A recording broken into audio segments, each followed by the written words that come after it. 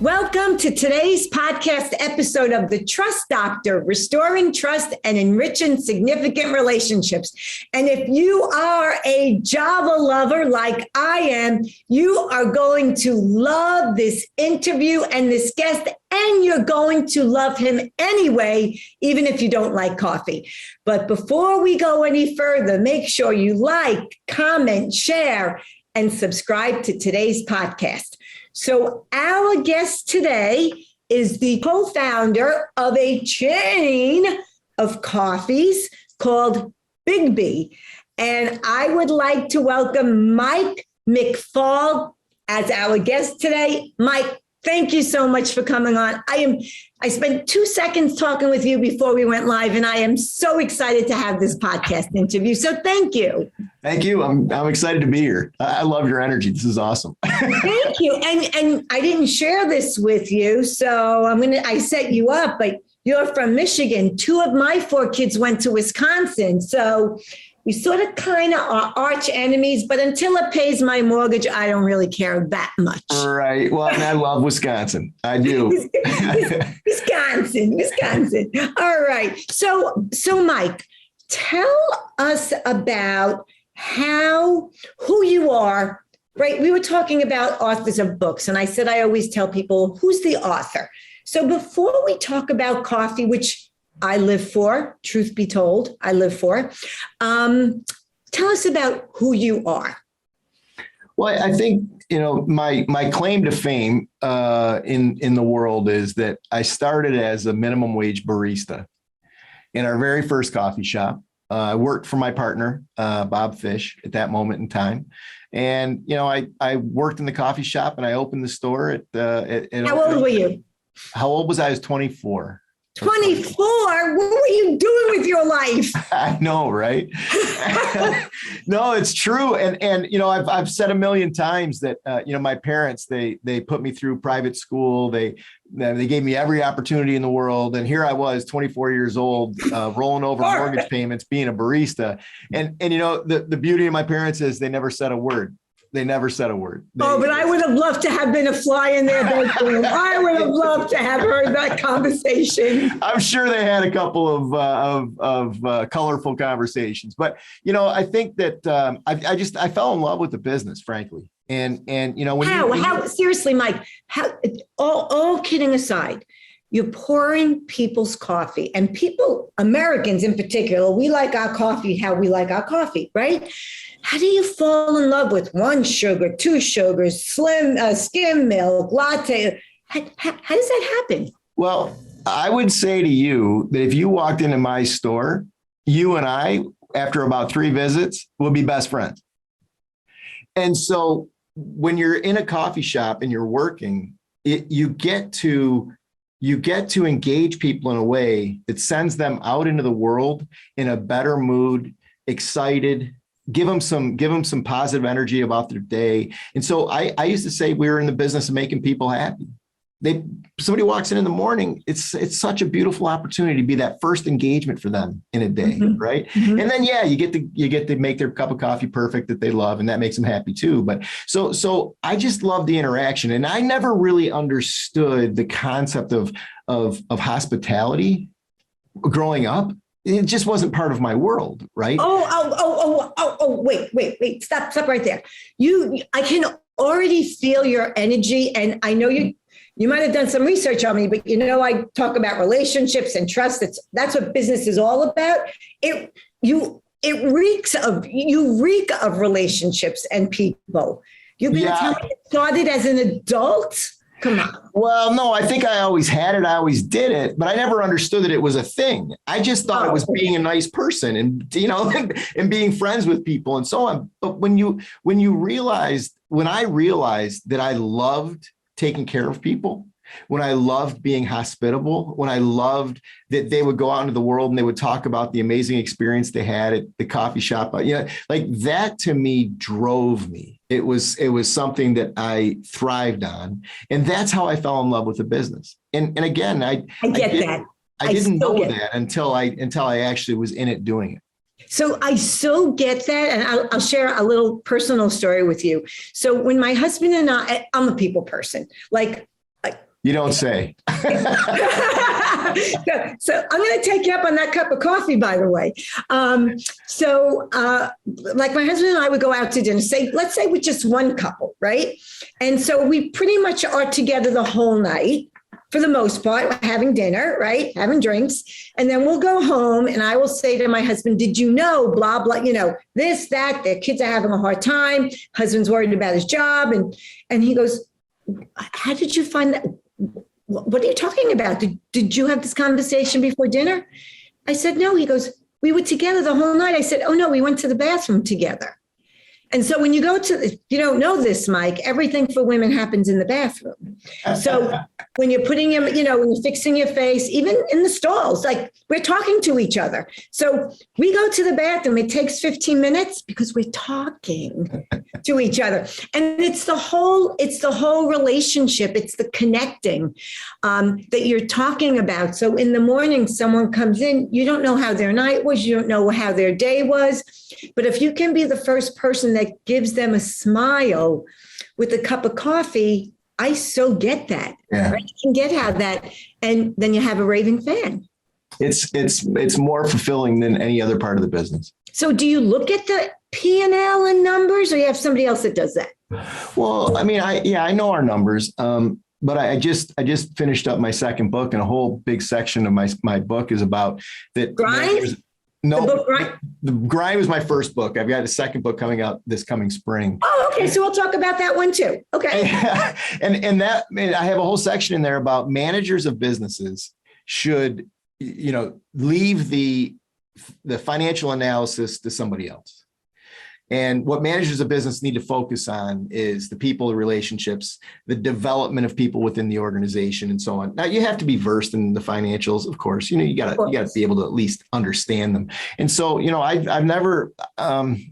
At times I, of course, had to be deeply engaged in the financials. As any manager of a business would, but I'm not a huge advocate of obsessing. And I think people that advocate that you can manage a business through the financials, I think that is just a fallacy. Well, so as you know, all of my work in business is about business relationships, right?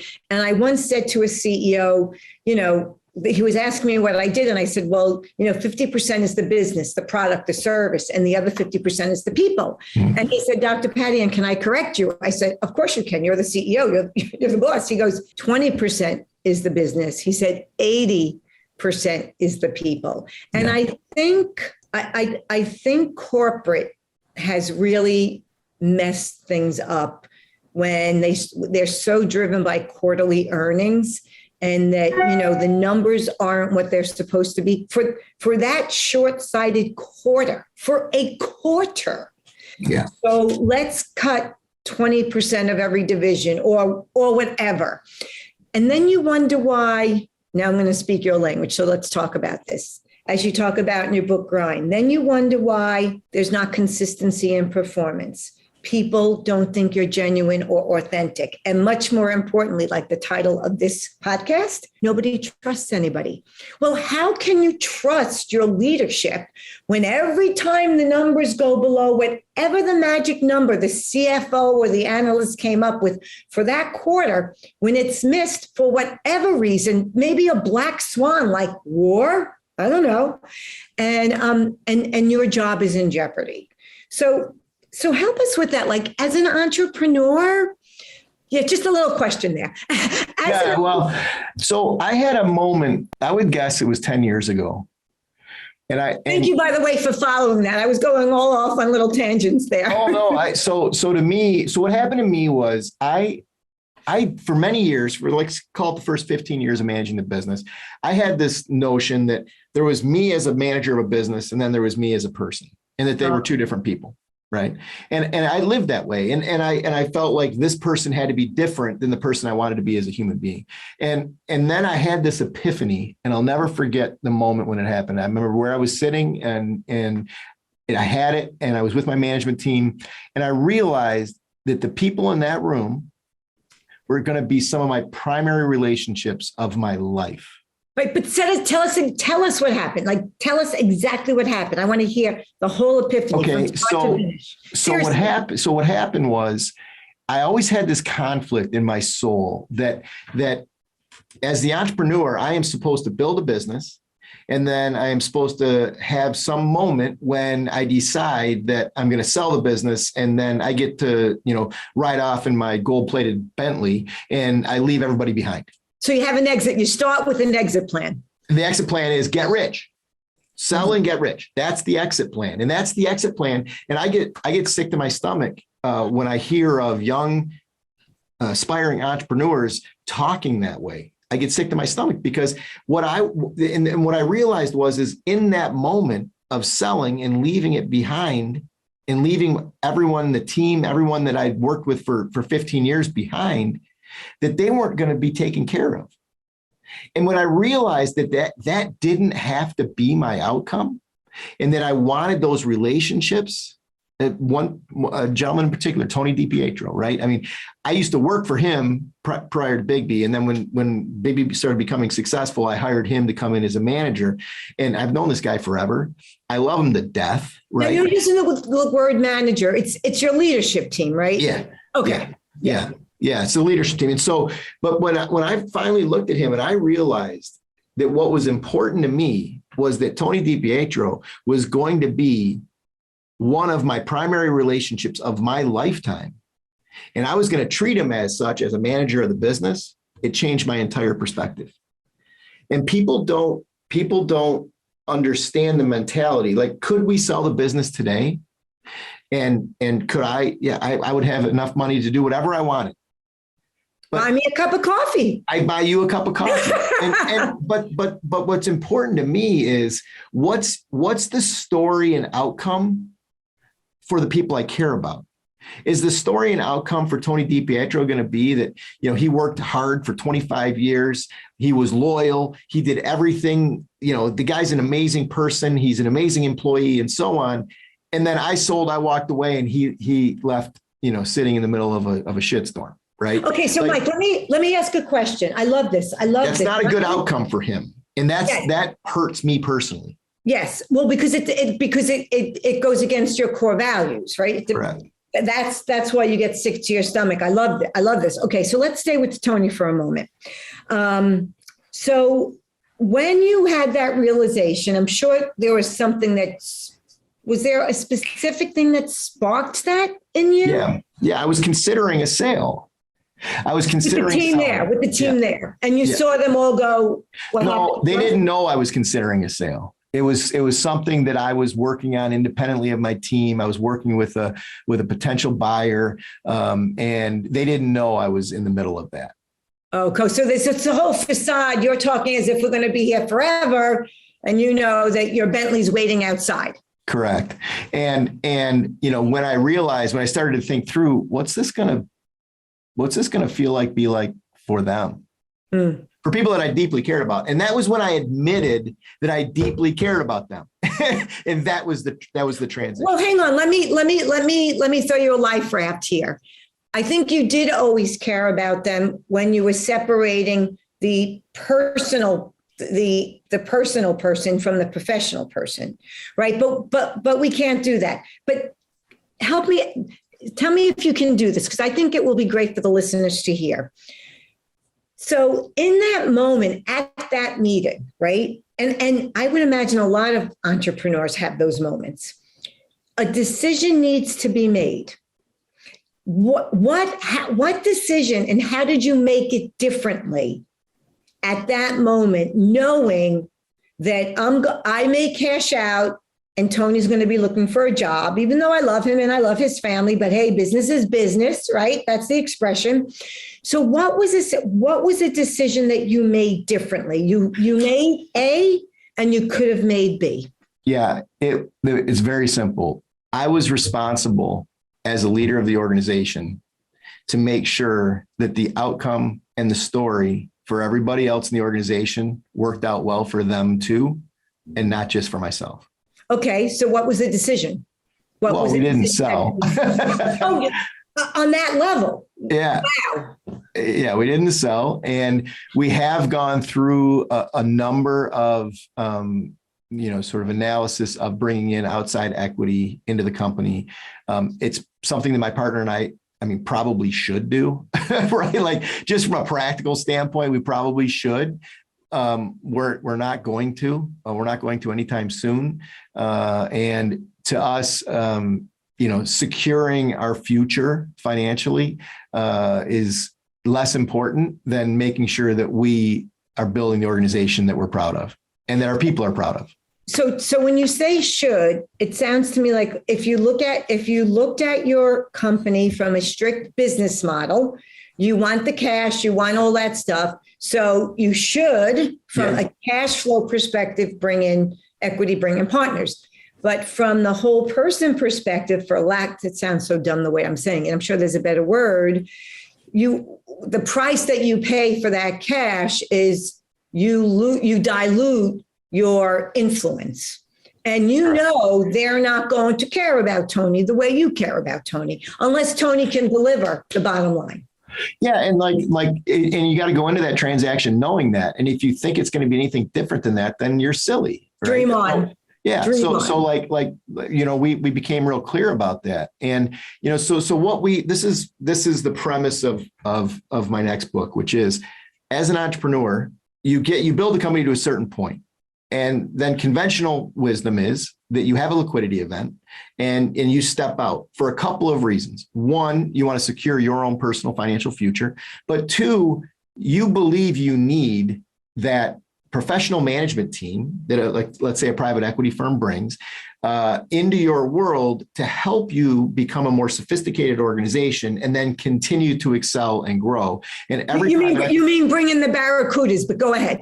Yeah. I mean, not all private equity is bad, right? Like there are really good people out there that are in private equity and of course, but they have a certain business model that they're following, and you're signing up for that when you bring them on board. And to sign up for that and then think that it's going to be somehow different, it's an illusion, right? So what we decided was that what we want to do is we want to work hard and learn how to become that sophisticated company that a private equity firm would bring to us, in theory, without having to bring in that outside influence. And then what that makes us in the end is it makes us an entirely more powerful organization. And we still— Is that what you're doing? And that's what you did, or that's what you're doing now? We're doing now. So how are you doing that? So, step one has been to bring in real world-class leadership. As a consultant or as an employee, a team member? Yeah. So we brought in, we have a gentleman who's running the company as the president of the company now. 22 years, he owned his own company. He was a vendor of ours, a very, very sophisticated manager. And so he is in running the day-to-day of the business. Mm-hmm. We brought in a woman who is, world-class. She ran the Subway sandwich shop development team for 20 years. I'm in Connecticut. Subway's up. I think their corporate's in Connecticut. Yeah. Milford, Connecticut. Yeah. And so she was in the development department at Subway and headed up that group from 700 stores, I think, to 26,000 stores. And then she became a consultant when Fred DeLuca died. We hired her as a consultant, and then we hired her to be she's now an employee, and she's our chief development officer, mm-hmm. world class. Mm-hmm. We just about a little over a year ago, we hired a gentleman by the name of Cordell Riley as our operating officer. I mean, again, world class. In fact, I had a private equity firm send me their prospectus the other day, and one of their advisors is Cordell Riley. Why do you need them? You got him. I don't need you. I already got that guy. Oops. But I think, the thing is, we're building out this management team where we're bringing in world-class leaders in their disciplines. Yeah. And then that team is going to work together to help do, but then the next thing we have to do is we have to make our board more sophisticated than my partner and I sitting at an Italian restaurant drinking scotch together, right? Like those are our board meetings right now, is my partner and I get together and have a dinner and drink scotch and talk about stuff. Yeah, I mean, if you're not even drinking wine in an Italian restaurant, what could you possibly know? So that's the next step for us, is to get this, and that's what a private equity firm would do. Sure. Is they would come in, they would help us bolster our management team. They would help us put the right people in. So usually they have you get rid and they bring their people in. You're being kind. I already know you. You're kind. You always look at the upside, but they pretty much 5 people bring in their people that they know. Well, yeah, I mean, I think that's true. I think it's true in certain scenarios. But what I would say is oftentimes in those scenarios, the management team probably isn't strong. Well, what got you here won't get you there. Right. Fair enough. And the one thing that we're doing is, so the guy I was mentioning earlier, Tony DiPietro, he used to run development for us. I mean, he was our leader in store development. We brought Lisa in as his boss. We didn't get rid of Tony. Tony stayed, right? We have a woman, Stephanie, been with us for 20 years now. And when we brought Cordell in, she now reports to Cordell. She used to run training and operations herself and report to my partner and I. We bring Cordell in, Stephanie didn't lose her job. Right. It sounds like you know how to communicate and you're sharing with them. They understand what their skill set is. They understand their ceiling. And for them to grow, they need someone to help them grow. Yeah. But that's leadership on your part. When you bring somebody like Lisa or Cordell in, no one can argue. Right? Like these people are they're no one's going to argue that Cordell is qualified to do his job. And what ends up happening in Tony's case and in Stephanie's case is they end up thriving. Sure. Because now they're in an environment that is offers them opportunity to grow, and much more so than I could ever do. Like I can't help Tony develop in that world because it's not really, I'm not an expert in that world. Lisa is. And so, but then the next piece is this formation of board. And so, but the overall, I don't want to miss the overall message, which is that we're going to attempt to do what a private equity firm would do with us without the private equity. In-house. Yeah. And then now all options are open. We can continue to sit back and be shareholders and let the management team and our board work together and grow the company. And obviously we're on the board and we're involved. We can sell at any point there. We can sell, right? There's nothing saying at any point in the process we can't go get in our Bentley and drive away, right? So that's what we're in the middle of, and we're trying to do it in a very healthy way and set an example that it can be done differently. And that you don't have to just sell out and take the check and move on. And, there's a different way to do it. And then ultimately, in the end, the purpose of our organization is to support you in building a life you love. And our vision is to improve workplace culture in the United States. And so we can't do those things unless we own and control the company, is our opinion. Sure. So 2 comments. One is, as you know, I coach and consult all different businesses, right? Because it's the people aspect. It doesn't matter what business you're in. And I've done a lot in the medical field and, different fields today, dentistry. They have practices, they build other practices, and then they sell, they exit. And so one particular, I don't want to give the name out, but he was involved with a whole process of selling out. And he had an assistant that worked with him for 20 years, right? And all of them, everyone in his team, all the employees had a stake, had a share, whatever you want to say. And they all benefited from the sale. And when the sale was over, one of the investment guys or equity guys, whoever it was, said to the doctor, why such a big bonus number? And the attorney for the doctor said, yeah, why did everybody get a big bonus number? And the dentist said, well, my assistants worked with me for 20 years. And I know that money she got will help her child who has autism go to a private school. Like that is how granular, specific he was. And he went down the line and he made sure the other practices, because it was literally every dime that went to someone else in this model was a dime out of his pocket. Did not care. Was happy. It was his mission. Is that something that if you were to sell, that would be your model? Because then everybody wins too. Yeah, my personal challenge to my financial planner is that I want to be able to retire without ever having a liquidity event at the company. Right.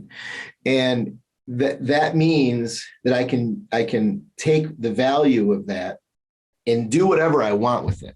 Mm-hmm. Right. And so, yes, we are very interested in putting together a program. We're working on it. We've been working on it for, oh my gosh, 4 years, maybe 5 years, in terms of providing people equity. And what I want to do is I want to be a privately held company that allows somebody to go and calculate what the value of that thing is. So let's say you get 0.378% of the company, on your first anniversary of working with us. Well, I want you to be able to go and, figure out what the heck 0.378 is worth. And so we've developed. Yeah, I'm lost. Well, we've developed a tool to value the company, which I think is an important part of this, because otherwise, I don't want it to be. The only thing I would say about the doctor is then that doctor's God. That doctor's deciding who gets how much, and stroking a check. I mean, he is a good guy. Okay, this was a good guy. I agree. But so many entrepreneurs have, in my opinion, have a God complex, and they get to decide who gets what and how much. Well, some don't even know the word share. most, I would say many don't, right? Many don't even think about sharing. I think that's shifting today, though. I really do. Yeah, I do too. For sure it is. But what I would like is I'd rather have it be something that they get, they feel great about, they understand the value of it. They can leave at any time. Even if there isn't a liquidity event, right? They can leave and they get their 0.378% of the company. And, maybe that's worth $240,000, or maybe that's worth $500,000, or maybe it's worth $3 million. Who knows, whatever that percentage they own is worth, but it's theirs. I see. And they aren't waiting on the doctor to decide to sell. They aren't waiting on, and then by the way, when we get done and then I decide who gets what, well, maybe they think that sucks. Maybe it wasn't enough, right? Yeah. And so that's our particular approach is let's try to, it's hard to do, right? Because when you're assigning people interests in the business, even if it is phantom, it's still a contractual obligation that you have to live up to. And then when they leave, you got to pay that, right? So if they've been with you 5 years and they opt out, the company has to figure out how to pay them. Listen, Mike, it sounds like this is so interesting, right? Because you can hear your value of the person as a person, right? But it sounds like you're desperately trying to take the subjectivity out of attaching a number. And everybody loves to think that numbers are logical and linear and 1 and 1 is 2, but everything's emotion-based. Totally. Right. So I think you're going to have some sleepless nights there. Well, obviously we're working on it and we're hiring people that are working on it. And we're going to, I believe we're going to get there in the end in terms of this structure. But again, to me, it's about agency. And that is an important part of any relationship. Going into my therapist would say, until you can say no, you can't say yes. Right. And that's what say no, you don't own your life. Right. Exactly. And you don't own your business. That's what I'm talking about in relation to an employee. If an employee can't leave to get that bonus check, then they don't have agency over their life and they're not freely choosing to be there. If they know tomorrow they can wake up and calculate, if I leave, I get $178,000. Cool. Away they go. And that's agency. And that makes them powerful. And that makes them fulfilling their own life as opposed to, being beholden to some entrepreneur who might cut them a check at the end of the day. Right. So sorry, I went a little off there. No. This is great. I'm going to go back though, because amazingly, I didn't forget what we spoke about 5 minutes ago. I can't tell you what we had for breakfast, but I remembered this because I think this is important.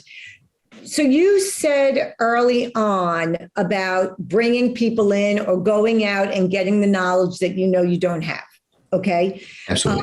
were you always, and I'm being very serious, were you always that enlightened where you could check your ego at the door, know what you don't know? Because many entrepreneurs cannot get out of their own way when, for lack of a better way of saying it, they hit their ceiling and all they're doing is bumping their head against the ceiling and people are saying, dude, you have to hire, and they won't because of their ego. So were you always like this, or did something happen where you're like, wow, wake up call? Well, and it's not only that they won't hire, sometimes they will hire and get in their way. Right. Yeah. And sabotage. Correct. And so you hire somebody and then you don't let them do their job. And I'll tell you what. They don't know what they're doing. They don't know you know better, but you hired them because you don't know. And it's hard. I mean, it's super hard to hire somebody and then they walk in and you've hired them. And you're paying them, and it's your baby. And they're telling you your baby's ugly. Yep. And they tell you need to do this. And oh, by the way, then they tell you, I need this amount of resources in order to make my world thrive. So not only am I going to pay you, a wage to come in and work, which is significant, you're telling me I got to figure out how to come up with an extra $250,000 next year for you to be able to hire this person and do this program. And then I got to lay it in the $500,000 over here. And it's like, so not only does it, then they start telling you all the stuff you got to invest in. And then you got to invest. Because if you don't invest in what they tell you need to invest in, then you're not listening to them. Right. Right. So was I always this way? Oh, absolutely not. Oh my gosh. No. So for many years, I lived in the space of being the smartest guy in the room. Right. I lived in that. I was command and control. It was all fear-based. They locked me out of the smart room. and it was, I don't know. I really struggle with this idea of whether that mentality is necessary at some point in the development of an organization. Okay, so you just said command and control. Are you referencing Stephen Covey's Trust and Inspire? I'm not referencing that. It's a term that came to me through my management team. Yeah, it's a classic management term. Okay, yeah, command and control. And so it's from the 70s, Mike. Okay, I probably should know. But so anyway, I'm older than you. That's why I know. There's an evolution that occurs that you really begin to realize your limitations. And by the way, I'm super fortunate to have a partner. We own 50%. We're 50-50 partners. Neither one of us controls the business, and we bring each other feedback all the time. Right. And so we have that almost that mirror that gets held up to us. That, someone that's your equal, because I don't care what business you're in. I mean, I shouldn't say this so emphatically, but I don't think there are many entrepreneur-employee relationships where the employee can actually be honest with the entrepreneur. I don't think it's very hard to speak truth to power. It's very difficult to do, right? Mm-hmm. And so I have that, and my business partner and I critique each other all the time. But he's not your employer. Right. Employee. Right. See, right. So a lot of my work is working with co-founders, right? Because if you think about it, it's a lot like a marriage, right? It's going to do it better than everybody else until you don't. Right. So talk about the challenges with Bob. Bob is your partner, right? Yeah. So give us a history of the partnership, because I love this stuff.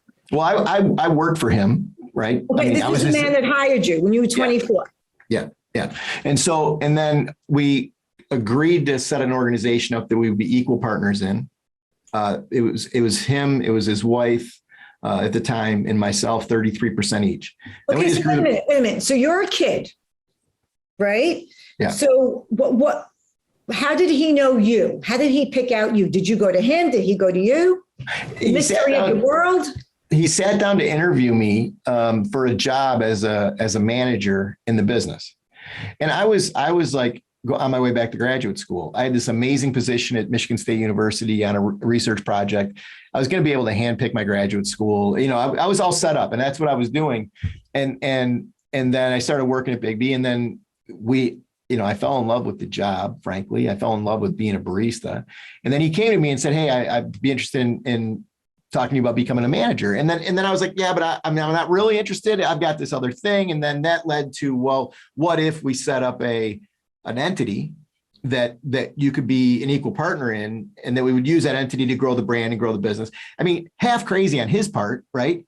Because I was a 24-year-old kid. We shook hands. This whole thing came down in an afternoon, no doubt. I mean, it was March of 1996, March of 1997. And we went for a 4-hour walk. At the end of that walk, we shook hands and we formed the company. Now, we didn't actually form the company for another 15 months, but we formed the company on that handshake. And I wish we could still have a deal handshake these days. Well, I think we do. All right, well, go back to you though. Go back to you. Okay. So we ended up, I worked for him. I mean, that was the dynamic. He was the president of the company. I was a manager of the business, and we started to grow that. And we did that for a long time. That was the setup. That was the dynamic for a very long time. And it sounds like he gave you a lot of latitude. Oh, absolutely. Okay. Yeah. Is that why it worked? Because I worked because, I mean, he's a brilliant guy. He brought a ton of value to the business. I brought a ton of value to the business in a different perspective.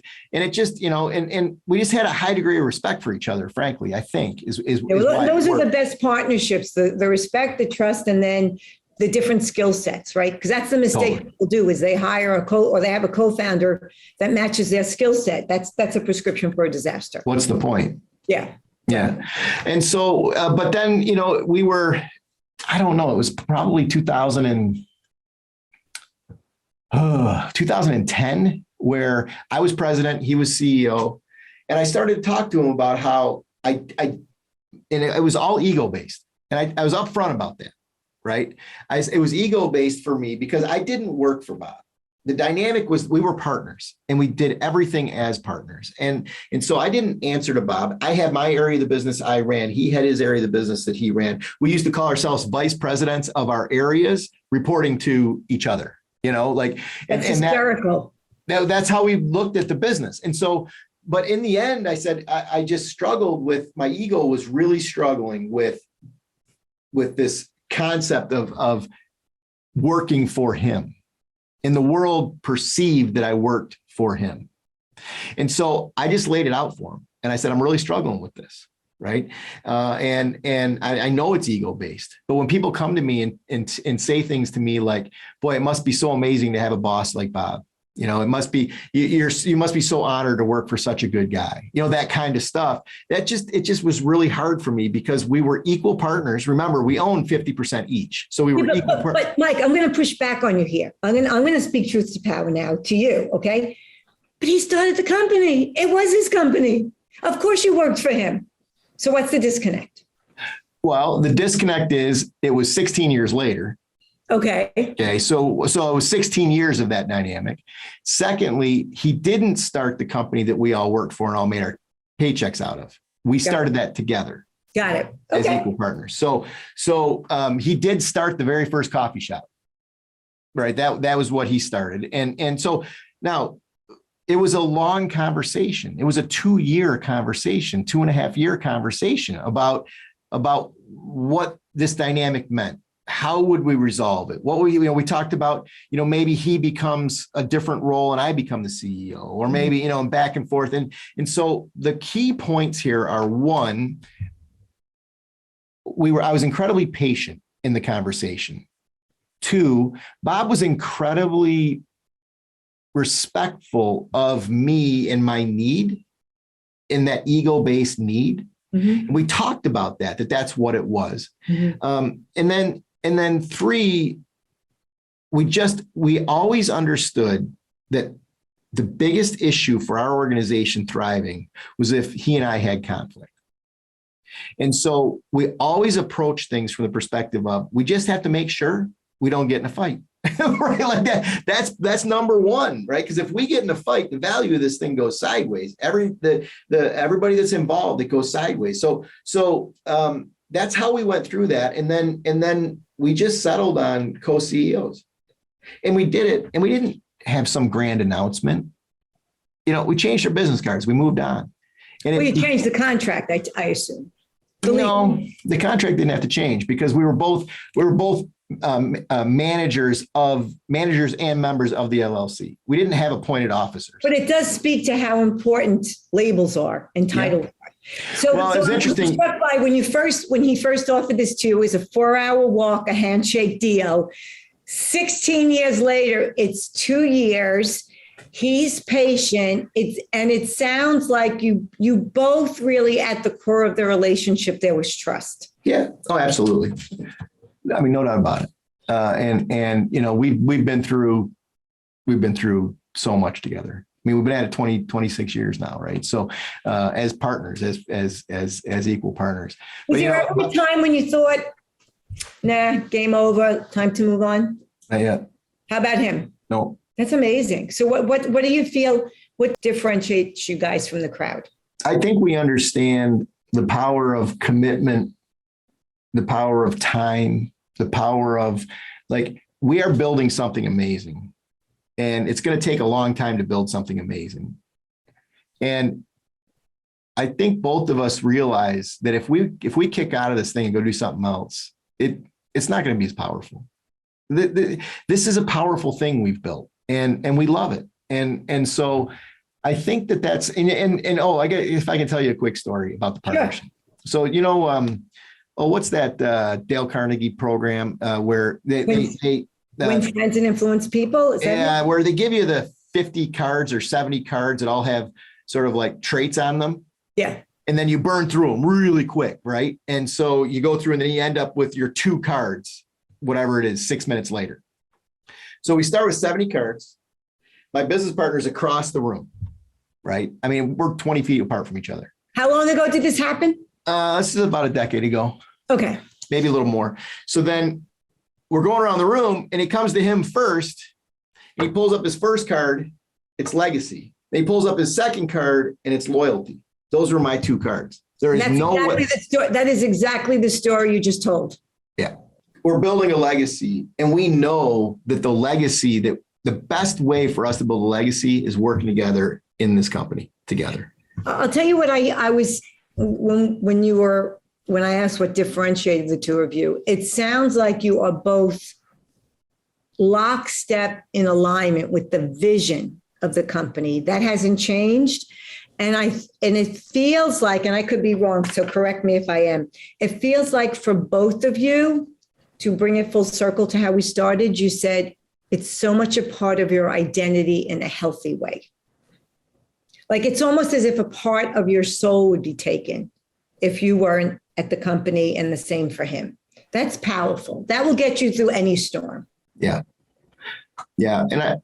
And I think we both are committed to trying to be an example for the rest of the world that you can run a private enterprise, a successful private enterprise, and be really, really good to people. With a heart and a soul. Yeah. And then when someone shows up to work in the morning, that they can leave their job more invigorated than when they showed up in the morning, that you can invest in people personally, and you can support them in their development. It can be a nurturing environment. And we're really committed to that and growing a world-class company, that you can do both. It's not either or. Why? Well, I say that too. I think we can have it all. Depends upon how you define it, but I do believe that. Why do you think everybody has it, like so many have it so wrong? Where do we lose our way, or do we never have it? Well, I think those that become entrepreneurs, anyway, if we're talking about that subset, they're motivated by status, motivated by success. You don't go start your own enterprise, and you're not someone who thrives on sort of bureaucracy and order and, like compliance. Yeah. You thrive on the game, and the game is a big part of being an entrepreneur. And to win a game, you have to keep score. And how you keep score is how rich you get. I'm making this so simple, right? But like in so many ways, I think that the scorecard is screwed up, and that we need to change the scorecard as to what it means to be a successful entrepreneur in the end of the day. I've got this concept in my next book that's called, I want to have a metric that we evaluate and that we keep track of in organizations, and it's called lumens. And how you get a lumen is a metric of love. And I want to be able to figure out how we can graduate people through processes of developing lumens. And so to me, that's really spell that word, lumens, Lumens. Lumens, I think. Yeah, lumens. Okay. So, but let me give you my vision for my eventual departure from the organization. Now, is this in your book or is it separate? Is this vision in my book? Part of your book. Yeah, because let's plug it. I think I included this in this next book. All right, so let's plug it. Okay, go ahead. Well, and so what happened is my vision is that I'm sitting in a room either in Las Vegas or Orlando, because they're the only two cities in the country that can hold a group our size, right? There's 15 or 20,000 people in a conference room, and I'm giving my last presentation, and I'm done after that. And I know that I have supported everyone in that room in developing and pursuing a life that they love. And then I've created an enormous amount of love. I've created an enormous amount of lumens in the world. And then I walk out and I'm done and it's over. And that's what it's about. And I don't worry about my, how much money I have at the end of the day. I don't worry about the Bentley. I don't worry that stuff. Yeah, that stuff's probably going to happen, right? Like I'm financially secure today. I have nice things. That stuff's going to happen, but that's not the outcome. That's not the be all end all. The be all end all is how much love can I create in the world? And the thing my partner and I did a TEDx talk. And one of the things is we want to make love as ubiquitous in business as the word profit. Why not? Why can't? What's the name of that TEDx talk? I want you to listen to it. Oh, geez. If you Google TEDx BIGGBY, I don't know the name of it. All right, I'll find it. I think it had conscious capitalism in the title. I have goosebumps when you talked about your vision. I don't know if you've heard the concept of vivid vision. Cameron Herold wrote the book. Are you familiar with it? I don't know it, but I'm sure I do it. You would love it. And there's a woman, Jen Hootie, who does vivid vision retreats for companies where you go 3 years out. It's incredibly powerful. You would love something like that for your business. And it talks about being aligned in all areas of your life. And the other thing is there's a concept of 10X from Dan Sullivan, the number one strategic coach founder. And he talks about 10X in your life. And when you 10X your life and your business, it transforms you and the money just happens to come. Yeah. It is exactly what you're talking about. The concept of visioning is something I've done since I was 6 years old. And check out Cameron Herold, Vivid Vision. I can put you in touch with him. He's a very good friend of mine. I'll read it. I'd love to read it. Easy read. He was one of the co-founders of 1-800-GOT-JUNK. Originally a Canadian. Great guy. I cannot say enough nice things about this man. Cool. Great entrepreneur, brilliant, cares about people deeply. But I had a vision though. I visualized what you said. Room filled, tens of thousands of people, right? Your last hurrah, if you will, and you leave. But then what for Mike McFall? Well, I say that I'll leave, and I'm. By the way, I'm back off sabbatical. I was on sabbatical for 3 months. I just got back on Monday. Awesome. And so I haven't touched my business in 3 months. Is this your first touch of your business? This podcast? No, I started Monday morning. Okay.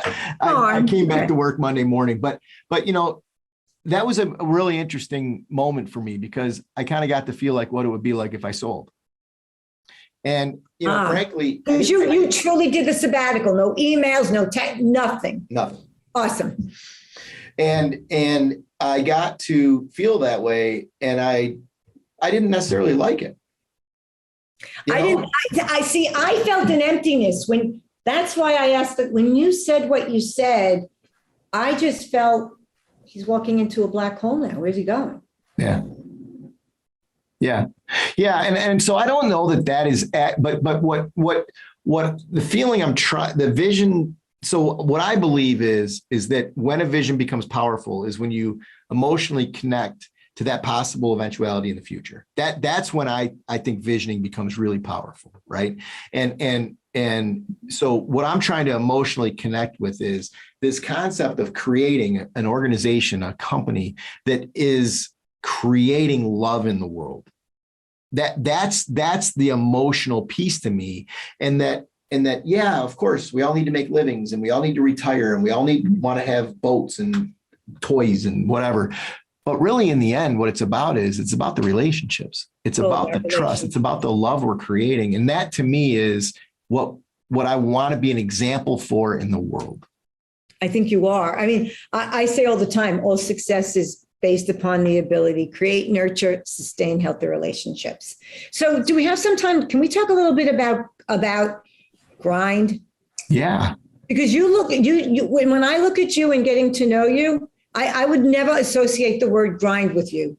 It just feels so heavy. But when you get into the concepts of the book, it's got you written all over it. So here's something that I want to talk a little bit about.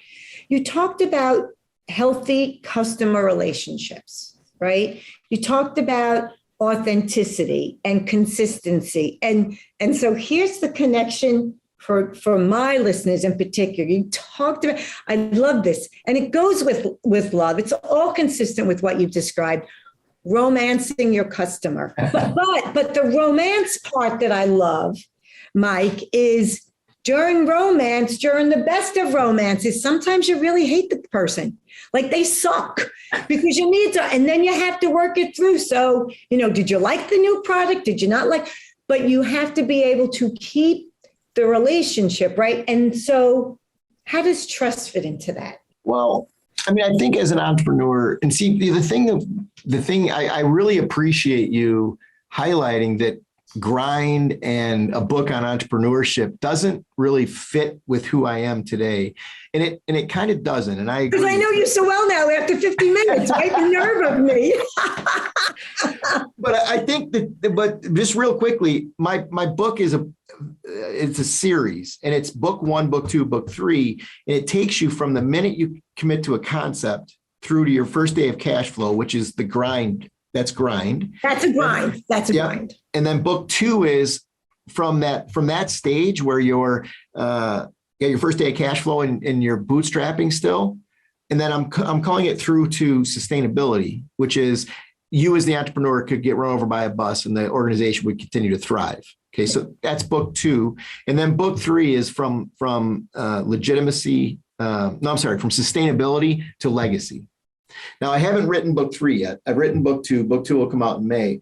But so Grind was written, Grow was written, Grow's the second book. Those were written as foundational tools for the book that I really want to write, which is book 3, which is from sustainability. You're a successful entrepreneur. You have 2 homes. You've got nice cars. You're a successful entrepreneur as the world sees it.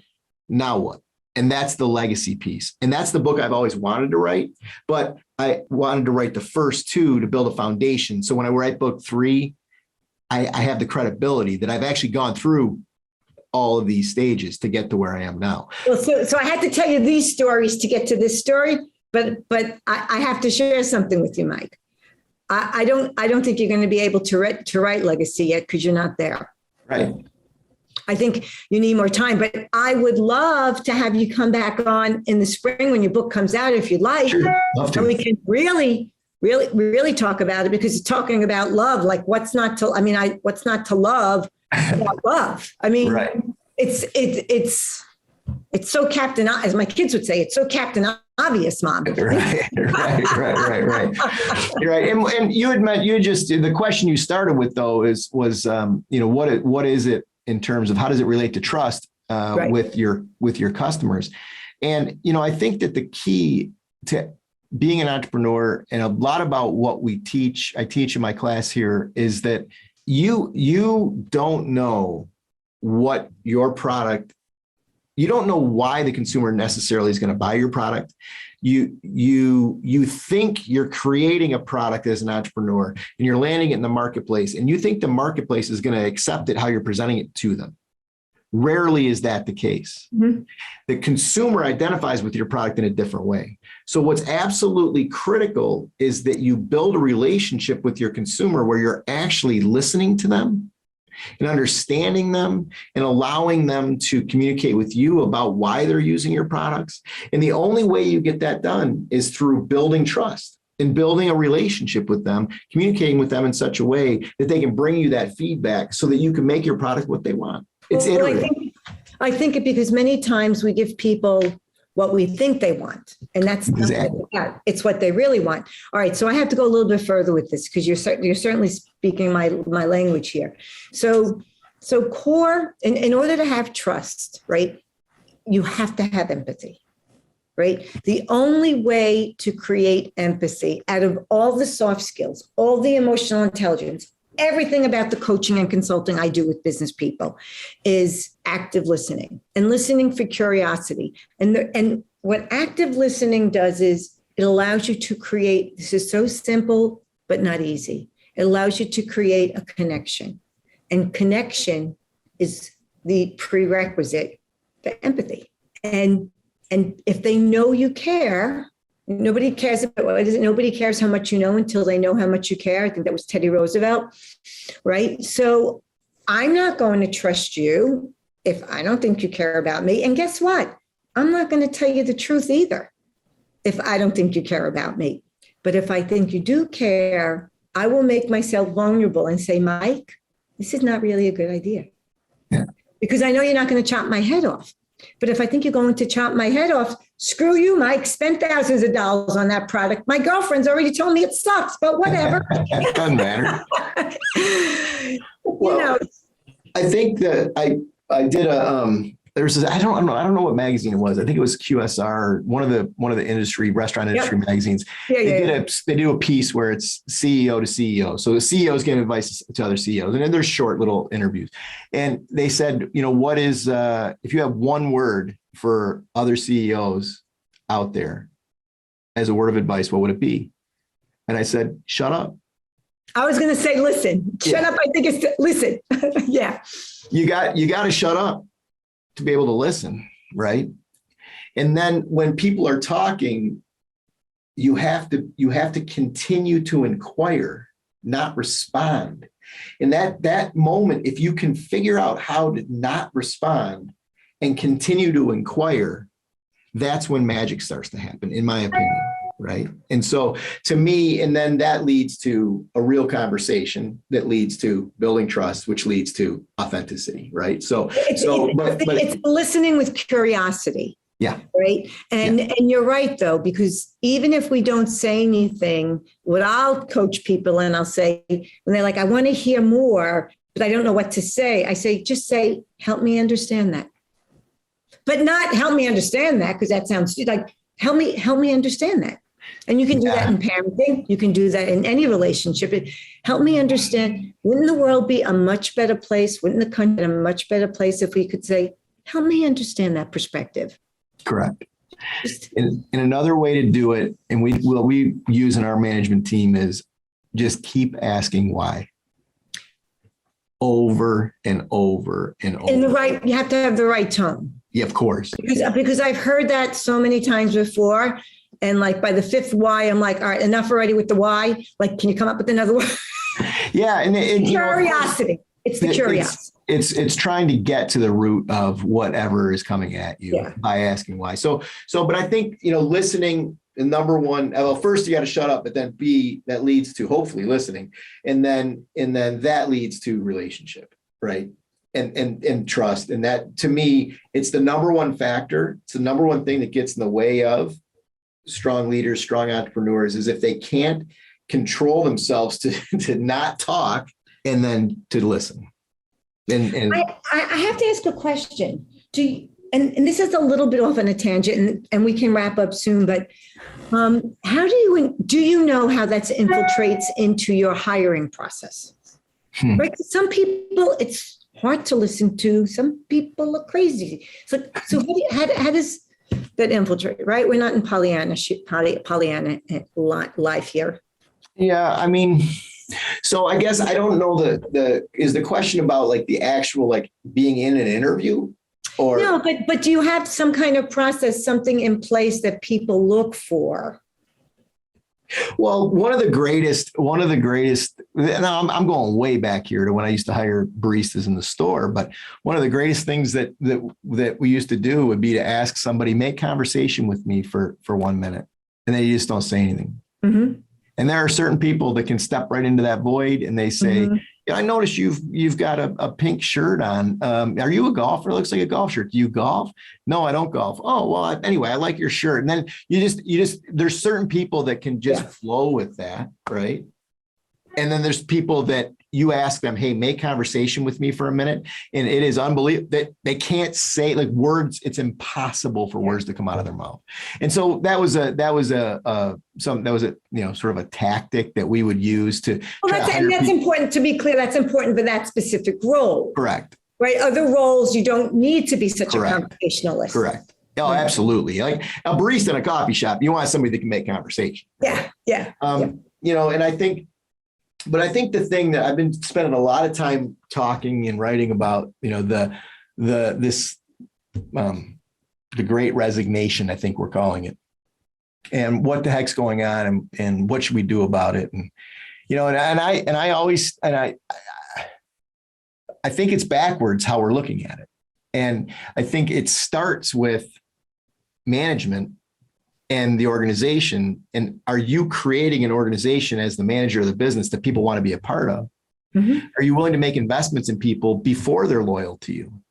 And the contract is flipped. It used to be, I'll pay you a wage, you come in and do a job. And because I'm paying you a wage to do that job, I expect loyalty from you. That's now flipped. And the employee is saying, okay, so what are you going to do for me in order for me to be loyal to you as the employer? And the employer needs to have an answer to that question. And how are you investing in your people? And I talk about making the investment first. Mm-hmm. Don't wait to see if somebody is going to be loyal to you or be an all-star employee or be whatever. I believe everybody can be an all-star employee. Everybody. Well, 98.5%, 1.5%, there's mental illness that's really difficult to overcome. But I believe 98.5% of people can be really, really strong, solid employees if management engages them appropriately and makes investments in them to help them grow and become the employee that you want them to be.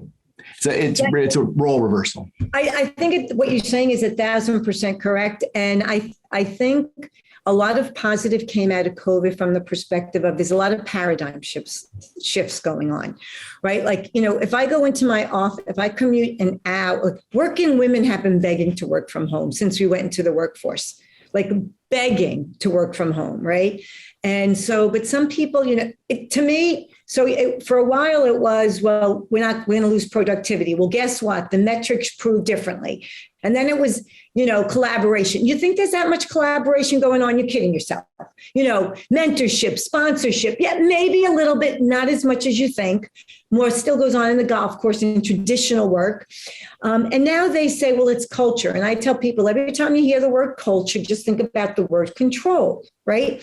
But I think what's going on now and I think you're 1,000% correct, is it is a paradigm shift in the obligation, the relationship between leadership and the team, right? It's not your staff, it's your team. You're a part of something. And it used to be command and control. Look, your boss said be in the office at 9, you're in the office. I've now heard honest CEOs saying, I've been begging people to come in. And my leadership team is saying, don't push so hard. He goes, I've got to realize this is a new generation. And that's good. I don't think the inmates should run the insane asylum, but having said that, like, let's look at the role. But the difference is what you just referenced is, and you talk command and control versus Stephen Covey's latest book, Trust and Inspire. Previous generations went to work and the leadership would say, you have to earn my trust. And then the team member would earn the trust. Today, trust is to be given. And 80-20 rule of life, when you give someone trust, they will give it back to you. But and I think that's a long way of saying, I think that's the part of the difference right there. Whereas, yes. I agree with that. And that's the paradigm shift that I've been talking about for months now, which is the other piece of it is your employees are volunteers.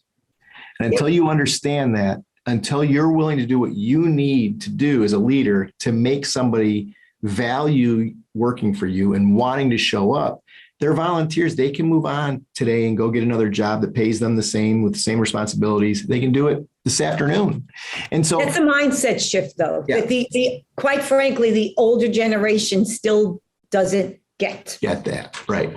They think people are going to work 30 years for the watch, which, by the way, these kids, young kids, have seen their parents work for 19 years. And at the 20th year, they get the watch or the pension.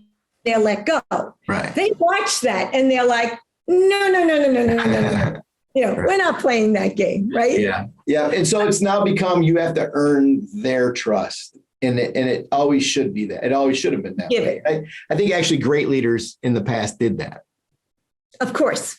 Oh, we could go, oh my gosh, I could have you here for another hour talking about great leaders, right? And sometimes I feel like we've learned nothing from history. Other times I feel like we have. So let me just, to be respectful of your time, although I would keep you here forever. So just a couple of last questions. What's the last book you reread and why? I don't reread. I take copious notes and I record them. I go back and reread notes. And I search my notes within notes of what? So what I do is I go and I underline pieces of a book, and then I go and I transcribe those onto Microsoft OneNote, and that becomes a searchable field. And so I'm sure I've read E-Myth by Michael Gerber probably 3 or 4 times. So, and why? I think it's fundamentally from coaching entrepreneurs, coaching business leaders of newer businesses, younger businesses. It's a beautiful book to help you put your mind into the right place in relation to managing a business. So Michael Gerber's E-Myth is brilliant. So that would be my answer. That may be the only book I've read 3 times, 4 times. Okay. And what is the one place in the world you haven't been to that you absolutely must go to? And why? Well, I was having this conversation with somebody at lunch yesterday, and there's I don't have good answers as to why, but I'm drawn to Japan and Tokyo. I've never been there, and so that is a place I will for certain get to. And then I'm really fascinated with Dubai at the moment. I have friends that live there, and I've never been there, and I would really like to see that. So those are the 2 places. I'll talk to you about Dubai in a couple of minutes. Okay. So thank you, Mike. This was so awesome. You were incredible. Where would you like people to find out more about you? Go to Amazon to buy your book. Yeah. I mean, I think probably the best place to get in touch with me is LinkedIn. I think, that's sent you an invite this morning. I don't know if you accepted yet. I haven't been on it. No. And if I'm being perfectly frank, I don't manage my own social media at this point. So I would have been surprised if you did. Yeah. And so, but I do use LinkedIn as a place to communicate and catch up with people. The website, of course, you can always reach me through BIGGBY like that. I mean, if you need to get me, you can get me through BIGGBY. And then grindthebook.com is the website for my first book. Okay. Thank you. So thank you so much, Mike. This is great. I really appreciate it. And that concludes today's podcast episode of The Trust Doctor, Restoring Trust and Enriching Significant Relationships. And I knew you were going to love this interview. So make sure you like, comment, share, and subscribe. And until next time, be well. Once again, we've concluded another great episode of The Trust Doctor with Dr. Patty Ann. Tune in next week for more insights and advice on how you can create, nurture, and sustain healthy relationships. To find out more about the podcast, visit drpattyann.com/podcast. Don't forget to subscribe, rate, review, and share. Until next time.